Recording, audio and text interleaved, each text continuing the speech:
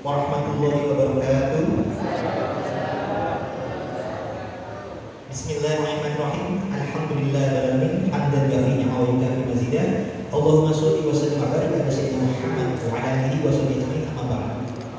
Yang kami muliakan Sohibul Baik, Sohibul Fadilah, Kiai Murhadi Muhammad dan juga segenap pengurus Istofa Malang Raya.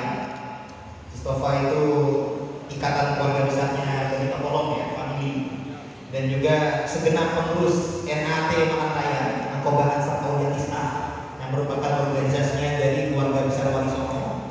Dan juga para kiai Zuriyah Sayyid Muzaki Sunan Batokomo, yang tadi ada organisasinya itu ya Istofa tadi. Yang maaf tidak bisa kami sebut persatu. Dan juga alhamdulillah wasyukurillah kami bisa bersilaturahmi di sini di Malang. Nah ini juga yang kami hormati, kami muliakan juga kakanda saya Kiai Haji Iman Usman dari Banten, saudara saya juga Tengku Muda Said Kori Al-Kusyasi. Jadi kalau keluarga Banten itu dulu kami itu leluhur kami ada yang bertorikoh Syataria. Dalam sanad kami itu ada yang bersambung kepada Syekh Ahmad Al-Kusyasi. Nah itu ternyata leluhurnya Tengku Kori. Jadi dulunya leluhur kami berguru kepada leluhurnya beliau. Saat ini karena perjuangan dipertemukan kembali keturunannya oleh Rasulullah.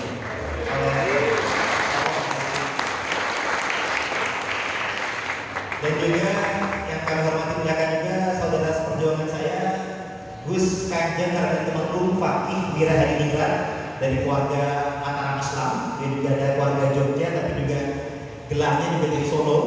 Jadi Mataram dengan Banten ini dulunya saudara tapi juga bersaing sebetulnya. Tapi alhamdulillah sekarang kita kompak lah seperjuangan dalam kebenaran kita. Dan juga para youtuber yang merupakan para mujahid zaman now. Ini saya jadi Dr. Yanto. Yang mohon maaf ya, tidak bisa kami sebut satu, tapi semuanya kami hormati, kami muliakan, kami cintai. Apalagi dalam kesempatan kali ini kita sifatnya adalah silaturahim. Nah, begitu pula silsilah itu diperintahkan Rasulullah untuk dipelajari adalah untuk menghubungkan silaturahim, bukan untuk kemudian merasa nasabnya itu paling mulia, kemudian sombong, merendahkan yang lain dan rasis. Itu sangat tidak sesuai dengan ajaran Islam. Karena dalam ajaran Islam justru dosa yang paling awal itu adalah kesombongan iblis. Jadi kalau misalkan nasab dipelajari bukan untuk menghubungkan silaturahim, tapi malah untuk membanggakan nasabnya dan merendahkan yang lain, itu sangat jauh panggang daripada api. Nah sehingga untuk apa-apa yang dilakukan oleh Kiai Haji Usman dan kawan-kawan dan dulur ini sifatnya bukanlah merupakan hal yang berangkat dari iri dengki, kebencian atau ujaran kebencian atau fitnah, tapi sifatnya amar ma'ruf nahi munkar. Karena dengan Rasul juga telah bersabda, apabila kita melihat suatu kemungkaran, haruslah kita tolak baik dengan tangan ataupun dengan lisan dan tulisan, dan atau minimal dengan penolakan hati. Dan penolakan hati itu adalah yang merupakan bentuk iman selama iman. Nah, apalagi kalau diam saja sama sekali tidak ada penolakan, malah salah menerima, malah husnuzon kepada yang salah. Jangan-jangan rentannya itu imannya bukan lagi lemah, tapi bisa jadi gila. Nah, dan juga perlu kita sampaikan bahwasanya pengkabaran atau pelurusan nasab yang tim atau saudara-saudara kita lakukan ini bukanlah suatu hal yang melanggar syariat. Karena kan apabila kita ada anggapan membuka aib seseorang itu bisa diantara fitnah kalaupun itu ada salah, dan juga bisa merupakan gibah bila mana itu benar. Nah, Imam Nawawi itu sudah kalau untuk masalah pembongkaran nasab, tadi Kiai Imam juga sudah memberikan latar belakang perlunya dari kecenderungan tersebut. Tapi untuk umat yang mungkin awam, mungkin gerakan kami ini seakan-akan fitnah atau gibah. Nah, ini perlu kami sampaikan bahwasanya karena ini sifatnya adalah kajian ilmiah, apabila dianggap fitnah, silakan kami siap mempertanggungjawabkan baik secara argumen hujah ilmiah ataupun kalau perlu secara hukum, jatuh hukum. Jadi apabila kami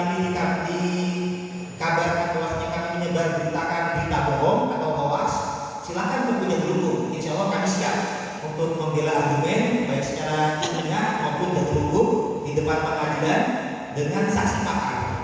Nah, apabila dinyatakan ghibah, ini pun juga ada pengecualian dari paparan daripada Imam An-Nawawi, bahwasanya contohnya ghibah, pengecualian ghibah yang diperbolehkan itu adalah bila mana untuk mengadukan kezaliman seseorang atau suatu kaum kepada pihak yang berwenang. Jadi kalau kita dizalimi, kita lapor ke polisi, itu bukan ghibah.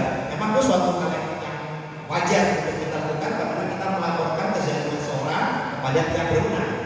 Yang kedua juga untuk mencari bantuan atau pertolongan kepada yang memiliki otoritas untuk menghilangkan suatu kemungkaran, itu juga bukan ghibah. Nah, yang ketiga juga misalkan saat kita menciptakan atau meminta fatwa dari sebuah ulama misalkan, atau menciptakan masalah agar untuk mendapatkan solusi, nah itu juga bukan ghibah. Nah, juga untuk memperingatkan kaum muslim atau umat ya agar terhindar dari keburukan dan kezaliman seseorang atau suatu kaum. Jadi kalau kita memisahkan itu bukan ghibah, itu diperbolehkan. Dan juga untuk menyebutkan kesalahan kezaliman dari seseorang atau suatu kaum yang melakukan dosa atau kezaliman tersebut secara terang-terangan. Jadi mereka biasa sembunyi-sembunyi, terang-terangan berbuat salah, itu boleh kita bicarakan. Juga untuk memberikan efek jerah kepadanya. Nah, jadi apa-apa yang kami lakukan itu insya Allah kami upayakan tidak melanggar rel hukum agama maupun hukum negara.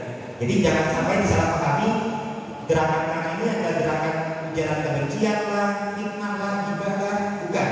Ini insya Allah gerakan pemulihan, gerakan cinta kepada Rasulullah, kepada umat Islam, kepada umat Rasul untuk amar ma'ruf nahi munkar. Bahkan perlu diketahui juga bahwasanya gerakan kami ini kan alhamdulillah sekarang ini ada berkembang sampai dengan tahun 2023. Ini seakan-akan dari Jawa Barat. Padahal perlu diketahui awal mulanya ini dari keluarga Batu Kolong. Ini para keluarga-keluarga saudara-saudara Batu Kolong ini ya oknum lah ya, oknum pejuang.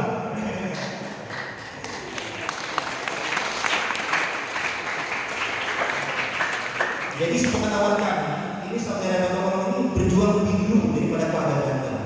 Ini bahkan dari tahun 2018. 2018 itu saudara-saudara Batu Kolong itu sudah lebih dulu gerah dengan kezaliman oknum Habib Ba'alawi, gerah juga dengan ini sepertinya tidak sesuai dengan nasabnya, dan juga ada upaya untuk meluruskan sejarah dan sifat leluhurnya. Dan di tahun 2019 karena perlu dipahami salah satu bentuk kezaliman oknum Habib Ba'alawi adalah mengkaburkan dan membelokkan sejarah dan silsilah keluarga atau tokoh-tokoh di Nusantara. Nah, yang perlu diketahui salah satunya adalah jalur-jalur keluarga Wali Songo. Wali Songo itu sempat dikaburkan dan dibelokkan sejarah dan silsilahnya oleh oknum-oknum kalangan Habib Ba'alawi yang zaman dulu itu merupakan antek penjajah Belanda. Nah, bahkan ada suatu manuskrip yang ditemukan itu ada upaya untuk membelokkan silsilah Wali Songo. Itu ada dua jalur. Ada pembelokan ke jalur Yaman, ada pembelokan ke jalur Cina. Nah, itu benar-benar ada upaya untuk mengkaburkan sejarah dari silsilah Wali Songo. Nah, per tahun 2019 itu alhamdulillah dari keluarga NAT, dari Batu Kolong dan lain sebagainya itu mengkaji karena sebelumnya ada fitnah. Jadi dulu itu keluarga Wali Songo diaku sebagai bagian daripada keluarga Islam Ba'alawi. Bahkan didata di kitab nasab seperti Syamsul Az-Zuhiro, Ibnu Masyiro. Tapi kemudian keturunannya keluarga Wali Songo itu didustakan nasabnya. Jadi Wali Songonya dianggapnya ke Ba'alawi Yaman, tapi semua keturunannya itu didustakan nasabnya. Kita semua difitnah seakan-akan Wali Songo itu tidak punya keturunan. Nah, jadi ketika ada fitnah tersebut, bahkan juga ada tokoh yang kemudian di masa kini itu, ya kalau kita sebut nama juga, saya juga nggak apa lah, ada Ali Asegaf, Ali Zainuddin Asegaf, itu kemudian menyatakan Wali Songonya saja itu sebenarnya tidak jelas nasabnya. Jadi kalau dari pencatat nasab Yaman itu hanya mencatat dari Rasulullah sampai dengan Abdul Malik saja. Dari Abdul Malik sampai ke Wali Songo itu hanya pendapat sejarawan saja. Jadi dikabulkan. Dulunya sempat dicatat di kitab nasab mereka, tapi kemudian dinafikan. Nah, sehingga seakan-akan nasab keturunan Rasulullah yang soleh itu hanya mereka saja seakan-akan. Sedangkan keluarga Wali Songo yang berjuang Nusantara ini terkabulkan, terbelokkan, dinafikan, dan difitnah nggak jelas. Nah, padahal ya tunggu dulu, kita juga menjaga marwah leluhur dan menjaga sejarah, karena suatu penjajahan itu awalnya juga dimulai dari pembelokan sejarah. Nah, padahal Wali Songo ini sudah berjasa besar dalam dakwah Islam di Nusantara. Bahkan umat Islam terbanyak di dunia itu adanya di Indonesia, dan itu adalah berkat wasilah dakwahnya daripada para Wali Songo. Yang ini artinya mereka tuh amat sangat berilmu, berkaloma, dan juga memiliki peninggalan kitab-kitab dan peninggalan silsilah. Nah, mungkin tadi kalau kata Ibu Usman kan silsilah tadi tidak terlalu detail atau ada yang disembunyikan, tapi alhamdulillah sebenarnya masih ada manuskrip yang tetap mencatatnya.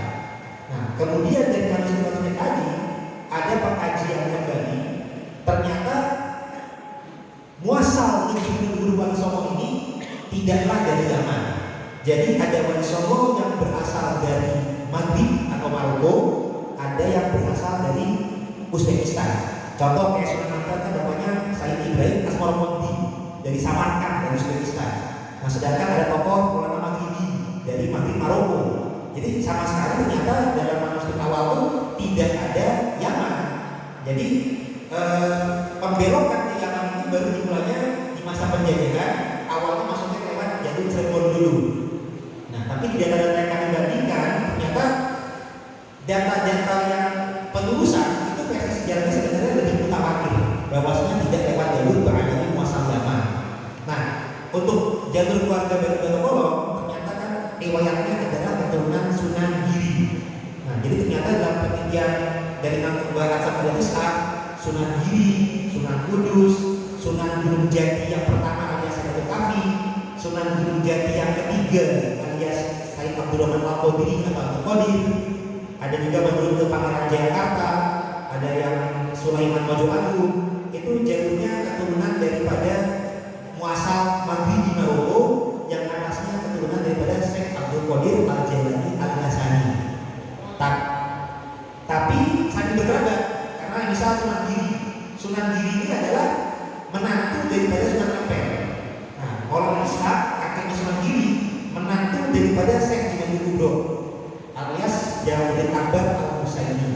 Nah, kayak tadi Ibrahim Sunan Ampel adalah putra daripada Ibrahim Aswar-Kondi yang menandakan muasalnya dari Samarkand Uzbekistan. Nah, kita juga sudah mengkaji atau meneliti, kemudian menanyakan atau berkorespondensi untuk mendapatkan kesaksian dari nakib negeri muasal leluhur. Jadi kalau untuk keluarga dari Bergotokolo itu sudah atau Pembes Mandiri itu sudah ada yang berkorespondensi ke Malaka dulu, dari Malaka ke Maroko, ada yang ke Damaskus, ada yang ke Irak, ada yang ke Turki. Alhamdulillah itu sudah tersebar asapnya di jalur Al-Jailani. Nah, untuk sedangkan untuk keluarga yang lewat jalur Al-Husaini tadi yang ada indikasi dari Uzbek, ternyata Uzbek itu juga ada daerah jalur migrasi. Jadi itu dari Hijaz, kemudian ke Irak, kemudian ke Asia dan Uzbekistan, kemudian ke India, Pakistan, baru ke Nusantara. Nah, itu sudah tersebar dari jalur nakib dari India sama Irak, keluarga Bani Musa Al-Kazim. Itu ternyata memang keluarga Sunan Ampel, Sunan Bonang, Sunan Derajat, Syarif dan Sunan Gunung Jati. Yang kedua, itu jalurnya adalah keturunan Imam Husain melalui jalur Imam Musa Al-Kazim. Jadi sama sekali bukan lewat jalur beragami muasal Yaman. Nah, jadi ini adalah suatu hal yang kita upayakan meluruskan sejarah dan silsilah. Tapi perjuangan ini tidak sekedar keluarga Wali Songo saja. Karena tadi masalah nasab ini saja ternyata juga merupakan bagian bentuk kepedulian akan bangsa. Karena ternyata Ba'alawi yang Iman kaji bahwasanya nasabnya itu terputus riwayat tadi atau tidak sahih, ini perlu diungkapkan publik karena di antara mereka itu banyak melakukan kezaliman kepada bangsa kita masa ke masa. Itu sudah kami teliti juga dalam sejarah.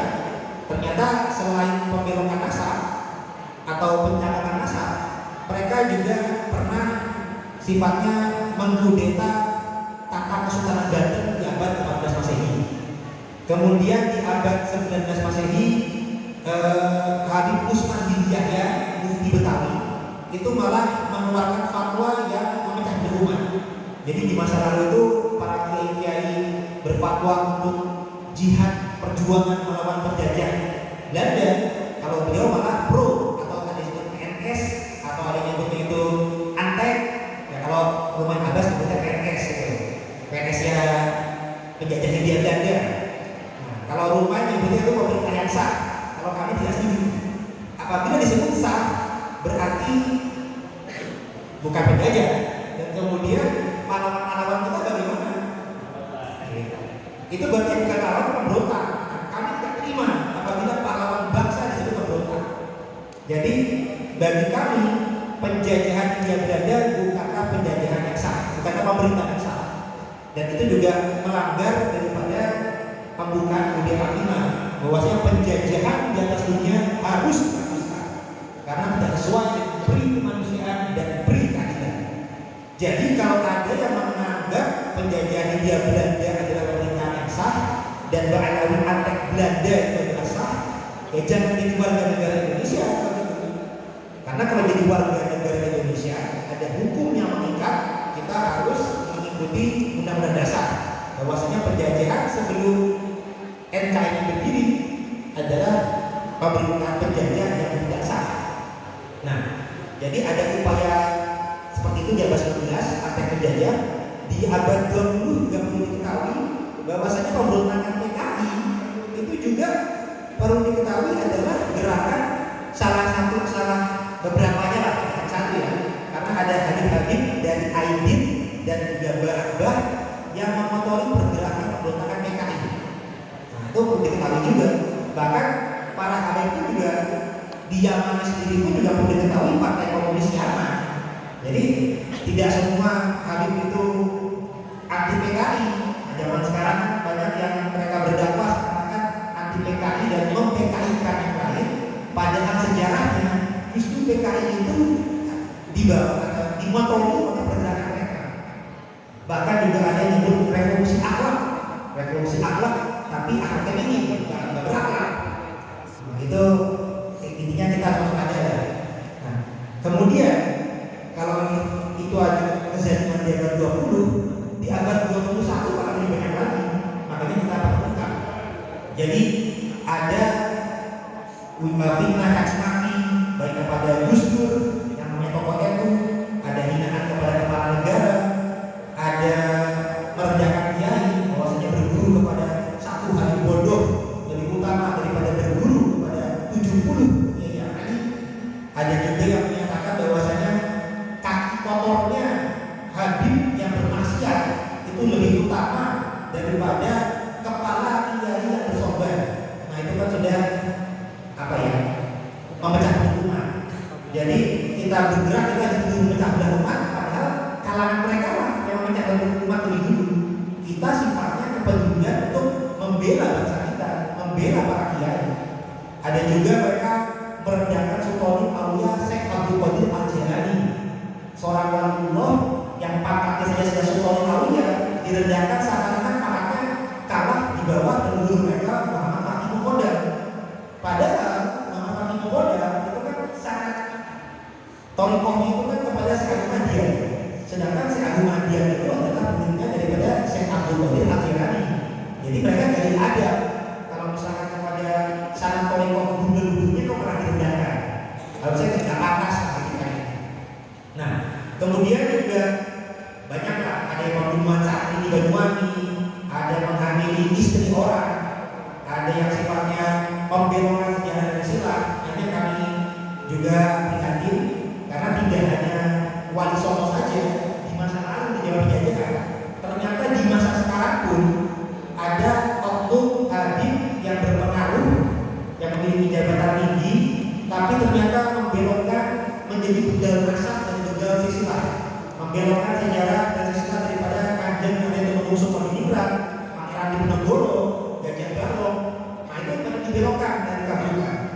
sehingga adanya pembelokan sejarah sekali ini menjadi keprihatinan kita. Bahkan juga ada yang menyampaikan bahwasanya Indonesia ini adalah miliknya Aulia Tahir.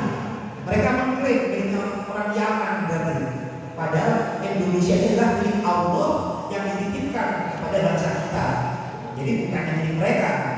Nah, ini banyak kejadian-kejadian tersebut yang merendahkan pribumi, berangkatnya dari kesombongan mereka akan nasabnya. Kalau mereka itu sifatnya itu tidak sombong, kita tidak ada masalah. Mereka punya kepercayaan keturunan siapa tidak ada masalah. Tapi berangkatnya kezaliman ini itu berangkat dari kesombongan akan nasabnya. Mereka merasa lebih mulia nasabnya, merasa kalau Rasulullah itu bebas daripada azab kubur, mereka di dunia ini seenaknya saja. Mereka merendahkan yang lain, merendahkan para kiai, mereka juga secara hukum itu mereka melanggar. Sayangnya masyarakat kita karena prasangka baik, husnuzon, banyak yang kemudian mendiamkan mereka karena takut kualat. Nah, padahal Rasulullah pun bersabda, andai Fatimah itu mencuri akan kupotong tangannya. Berarti kita andai kata mereka betul sekalipun sudah kami, jangan takut kualat. Kalau mereka salah, hukum dan keadilan harus tetap ditegakkan. Jadi kalau mereka salah, lawan, jangan dibiarkan saja. Kalau dibiarkan saja, mereka malah makin kebangetan, keterlaluan. Ada yang santri-santri disuruh kaki mereka lah, ada yang gawin mengkapitalisasi rumah. Nah, banyak lah. Karena banyaknya tadi, makanya kita bergerak dan akar masalahnya adalah karena kesombongan akan nasabnya. Sehingga amar ma'ruf nahi munkar itu bukan sekedar masalah nyolong kezalimannya, tapi akar masalahnya adalah membongkar masalah nasab. Kalau nasab itu salah, ya jangan belagu, jangan sombong, jangan kepedean, jangan belagu dan merendahkan yang lain. Nah, sehingga kita doakan mudah-mudahan ke depan itu mereka sadar dan tidak ada izin kepada lingkungan.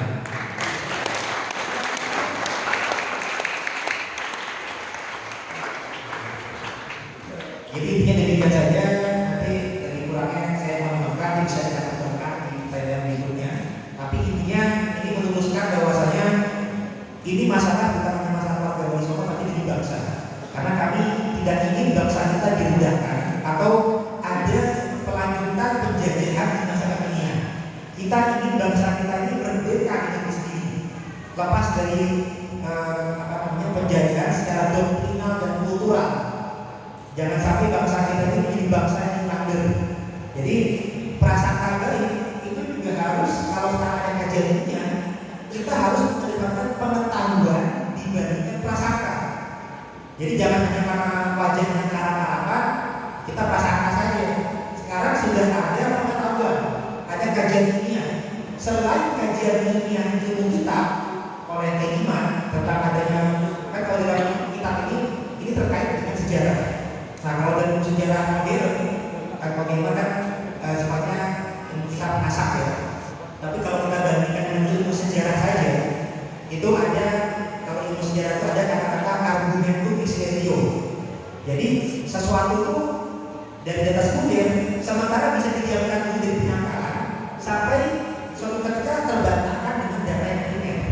Nah, kajian Iman ini secara data primer itu sudah bisa membantah prasangka-prasangka atau pengetahuan kita yang sebelumnya kepada hari ini. Jadi kita menangkap tadi karena data primer ketika itu kita belum tahu. Nah, ketika data primer sudah kita ketahui ternyata berbagi kita tidak ada yang mencatat leluhur mereka selama 5 abad, bahkan juga ada data hijrah bahwasanya Ahmad bin Syah tidak pernah hijrah ke Yaman dan tidak berhijrah ke Yaman. Sebenarnya itu secara kajian ilmu sejarah sudah terbantahkan. Nah, tambah lagi kajian ilmu genetik.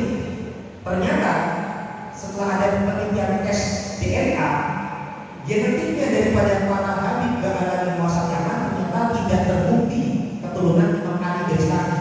Bahkan juga kita sudah mengadakan seminar ilmiah di UIN akhir Agustus lalu kerjasama dengan para pakar genetik dari BRIN, Badan Riset dan Inovasi Nasional. Mustahil Habib Ba'ala